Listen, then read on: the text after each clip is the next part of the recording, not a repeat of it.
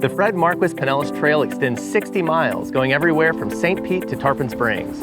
Every day on the trail, you'll find people walking, jogging, biking, and skating. Whether you're getting to work or just having fun, the trail is a great way to experience the culture and natural beauty of Pinellas County. Today in Discovering Pinellas, we're going to take a ride. We're going to find out how the trail got started, where it's going, and stop by some amazing spots along the way. Let's go!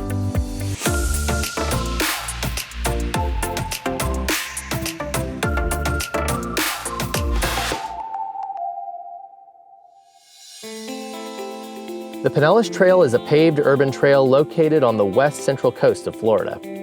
I'll start my ride in Dunedin, one of Florida's most popular trail towns.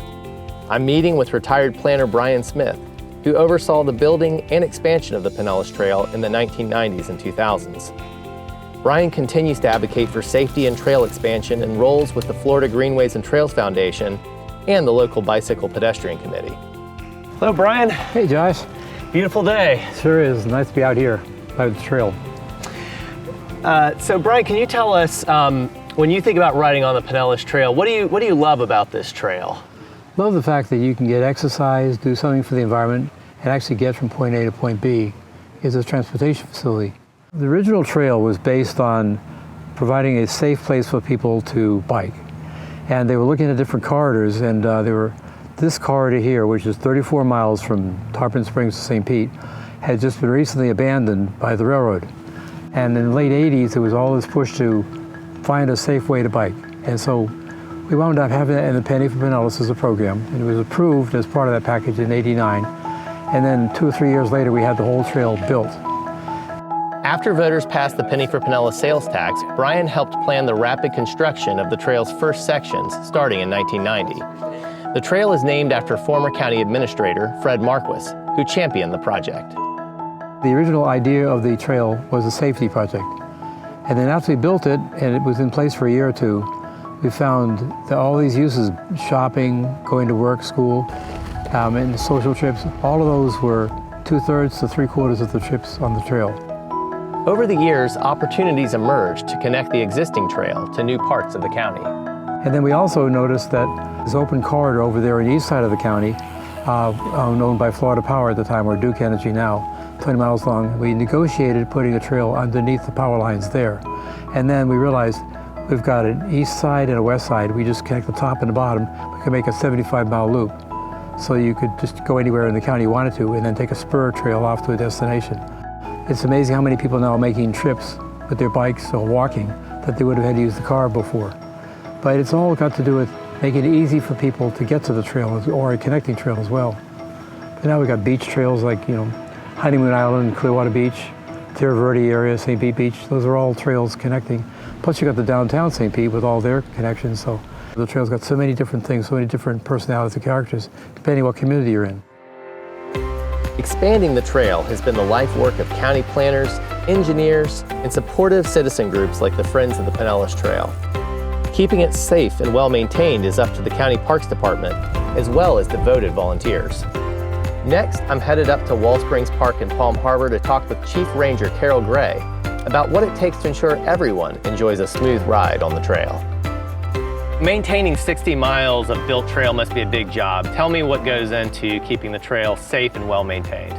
We in Parks provide an effort to take care of the trail as well as Public Works, and it's just a combined effort to take care of everything from litter on the trail, servicing the trash cans, covering graffiti, all the way up to checking bridges and infrastructure and making sure that trees that fall on the trail get removed.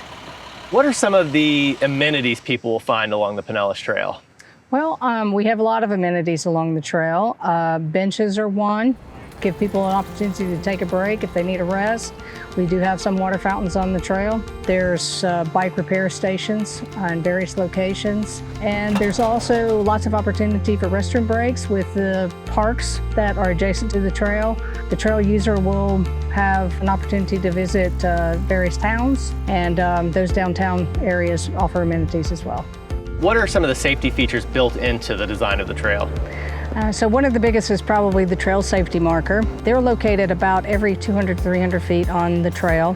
They have a identifiable number that is a GIS location, and we can get emergency services to you, provided you can give them that number. So I've seen a bunch of signs pop up around the trail giving some friendly advice for new trail users. Can you tell me a little bit about this courtesy campaign that the county is doing? So I guess the main message that we want to convey is that the Pinellas Trail is a multi-use trail. Some of the things that we have to do out on the trails, we have to cross the trail sometimes. Always look both ways, just like it's a street. Sometimes we bring our dogs on the trail. Don't allow your dogs to cross the entire span of the trail. And also look. And I would say look more than listen, because bikers are pretty silent. They don't make a lot of noise. They can come up behind you really quickly and you don't even know they're there. And if you're a biker and you're going around someone, if you can alert them and say, hey, passing on your left, I know everyone appreciates that. Along the trail, you can detour historic sites, take a pit stop at a local eatery, catch a baseball game, or enjoy a waterfront view. You might think almost everyone uses the trail just for fun, but Nick Plaxton uses the trail to get to work. Tell me a little bit about your commute on the Pinellas Trail. Yeah, sure. So I ride back and forth to work every day. I live up kind of in the Seminole, Largo area, right off the trail. So I bike to my workplace, which is Bay Pines. And it's a great way to get some activity in the morning, to get the blood flowing before go to work, and as well as coming home. It's a nice, safe trail, so you don't have to worry about traffic. And it actually takes me about the same amount of time to go from my house to work, because I don't have to deal with the traffic lights or the parking. I can go straight into work.